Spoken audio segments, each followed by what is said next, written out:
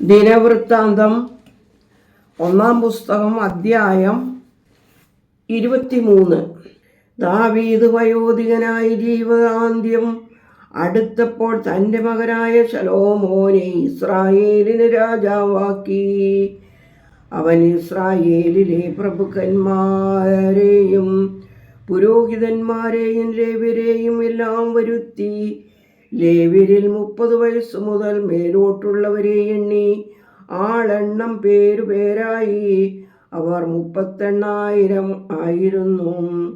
അവരിൽ 24,000 പേർ ദൈവാലയത്തിലെ ജോലി നടത്തേണ്ടവരും 6,000 പേർ പ്രധാനികളും ന്യായാധിപന്മാരും 4,000 പേർ വാതിൽ കാവൽക്കാരും 4,000 പേർ സ്തോത്രം ചെയ്യേണ്ടതിന് ദാവീദ് നിശ്ചയിച്ച വാദ്യങ്ങളാൽ കർത്താവിനെ സ്തുതിക്കുന്നവരുമായിരുന്നു. ദാവീദ് അവരെ ലേവിയെ പുത്രന്മാരായ ഗേർശോൻ, കെഹാത്ത്, മെരാരി എന്നീ ക്രമപ്രകാരം കുറുകളായി വിഭാഗിച്ചു. ഗേർശോന്യർ ലദ്ദാൻ, ഷിമേയി. ലദ്ദാന്റെ പുത്രന്മാർ തലവനായ യെഹിയേൽ, സേതാം, യോവേൽ എന്ന് 3 പേർ. ഷിമയുടെ പുത്രന്മാർ ശലോമിത്ത്, ഹസീയേൽ, ഹാരാൻ എന്ന് 3 പേർ. ഇവർ ലദ്ദാന്റെ കുടുംബത്തലവന്മാർ ആയിരുന്നു. ഷിമയുടെ പുത്രന്മാർ യഹത്ത്, സീന, യെയൂഷ്, ബെരീയാം ഈ 4 പേർ. ഷിമേയിയുടെ പുത്രന്മാർ യഹത്ത് തലവനും സീന രണ്ടാമനും ആയിരുന്നു. യെയൂഷിനും ബെരിയയ്ക്കും അധികം പുത്രന്മാർ ഇല്ലാതിരുന്നതുകൊണ്ട് അവർ ഏക കുടുംബമായി എണ്ണപ്പെട്ടിരുന്നു. കെഹാത്തിന്റെ പുത്രന്മാർ അമ്രാം, ഇസ്ഹാർ, ഹെബ്രോൻ, ഉസിയേൽ ഇങ്ങനെ 4 പേർ. അമ്രാമിന്റെ പുത്രന്മാർ അഹരോൻ, മോശ.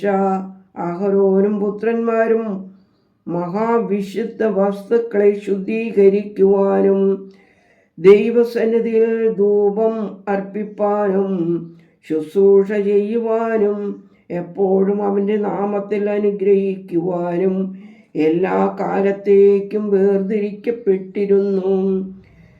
ദൈവപുരുഷനായ മോശയുടെ പുത്രന്മാരെയോ ലേവി ഗോത്രത്തിൽ എണ്ണിയിരുന്നു. മോശയുടെ പുത്രന്മാർ ഗേർശോം, എലിയാസർ. ഗേർശോമിൻ്റെ പുത്രന്മാരിൽ ശെബൂവേൽ മൂത്തവനായിരുന്നു. എലിയാസേരിൻ്റെ പുത്രന്മാർ രഹബ്യാം. അവൻ എലിയാസരിന് വേറെ പുത്രന്മാർ ഉണ്ടായിരുന്നില്ല. രഹബ്യാ തലവൻ. എലീസരിന് വേറെ പുത്രന്മാർ ഉണ്ടായിരുന്നില്ല. എങ്കിലും രഹബ്യായ്ക്ക് വളരെ പുത്രന്മാർ ഉണ്ടായിരുന്നു. യിസ്ഹാരിൻ്റെ പുത്രന്മാരിൽ ശലോമിത്ത് തലവൻ. ഹെബ്രോന്റെ പുത്രന്മാർ യെരിയാ തലവനും അമര്യ രണ്ടാമനും യഹസീയേൽ മൂന്നാമനും യെക്കേമെയാം 4-മനുമായിരുന്നു. ഉസിയേലിൻ്റെ പുത്രന്മാരിൽ മീഖ തലവനും ഇഷിയ രണ്ടാമനും. മെരാരിയുടെ പുത്രന്മാർ മഹ്ലി, മൂശി. മഹ്ലിയുടെ പുത്രന്മാർ എലിയാസാർ, കീഷ്. എലിയാസ് മരിച്ചു. അവന് പുത്രിമാരല്ലാതെ പുത്രന്മാർ ഉണ്ടായിരുന്നില്ല. കീശിൻ്റെ പുത്രന്മാരായ അവരുടെ സഹോദരന്മാർ അവരെ വിവാഹം ചെയ്തു. മൂശിയുടെ പുത്രന്മാർ മഹ്ലി, ഏദർ, യെരോമോത്ത് ഇങ്ങനെ 3 പേർ. ഇവർ കുടുംബമായി ആളെണ്ണം പേരായി എണ്ണപ്പെട്ട പ്രകാരം തങ്ങളുടെ കുടുംബങ്ങൾക്ക് തലവന്മാരായ ലേവി പുത്രന്മാർ. അവർ 20 വയസ്സ് മുതൽ മേലോട്ട് ദൈവാലയത്തിലെ ശുശ്രൂഷ ചെയ്തു പോന്നു. ഇസ്രായേലിൻ്റെ ദൈവമായ കർത്താവ് തൻ്റെ ജനത്തിന് വിശ്രമം കൊടുത്തു. യെരൂശലേമിൽ എന്നേക്കും വസിക്കുന്നു. ആകയാൽ ലേവ്യർക്ക് ഇനി തിരുനിവാസവും അതിലെ ശുശ്രൂഷയ്ക്കുള്ള ഉപകരണങ്ങൾ ഒന്നും ചുമപ്പാൻ ആവശ്യമില്ല എന്ന് ദാവീദ് പറഞ്ഞു. ദാവീദിൻ്റെ അന്ത്യകൽപ്പനകളാൽ ലേവ്യരെ 20 വയസ്സ് മുതൽ മേലോട്ട് എണ്ണിയിരുന്നു.